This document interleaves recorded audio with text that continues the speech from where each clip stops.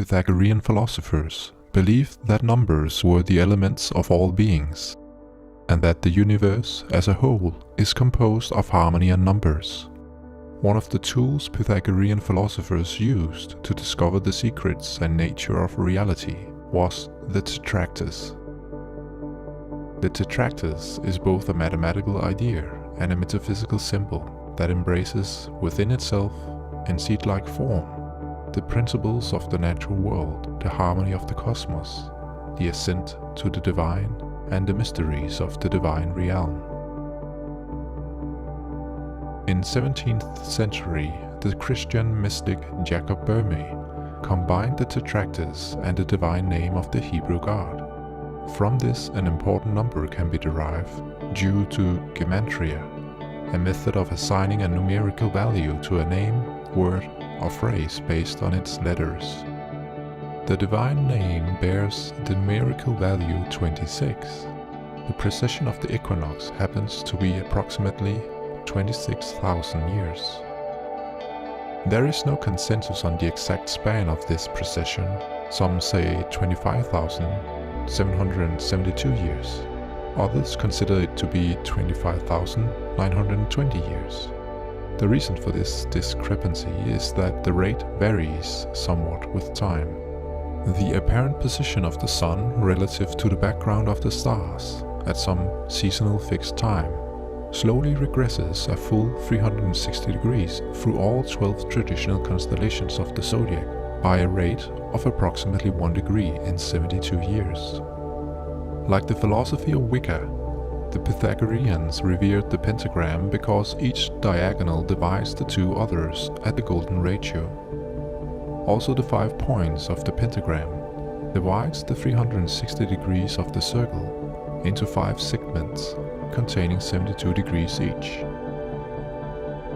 If one segment of this division is multiplied by the 360 degrees from which it is taken, we get the number 25,920. In numerology, zeros can be discarded, and so we arrive at 2592, which is exactly 72 more than 2520. In the branch of mathematics called number theory, 2520 has some significant properties. It is the smallest number divisible by all integers from 1 to 10. It is the half of 7 factorial.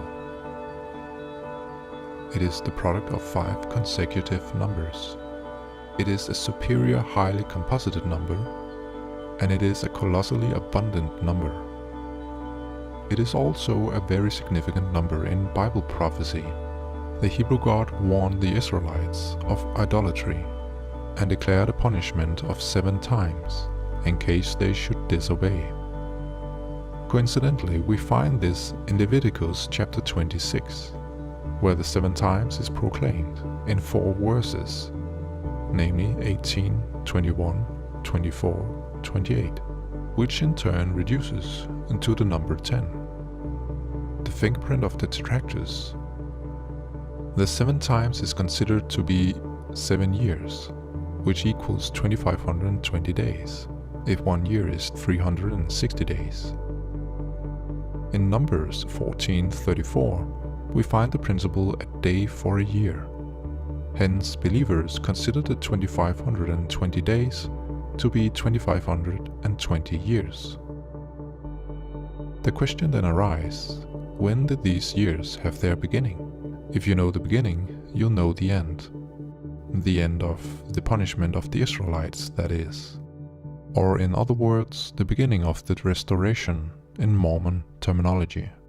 Whatever the truth might be on this Bible prophecy, one cannot escape the fact that the Pythagoreans was onto something about numbers and the Tetractys. Now, these ancient cultures also seem to have mythological statements that had a lot of numbers in them. Yes. And the numbers were very curious to you. I think the numbers are extremely important. There's a body of myths from all around the world that include what turn out to be, expressed in the language of myth and the symbolism of myth.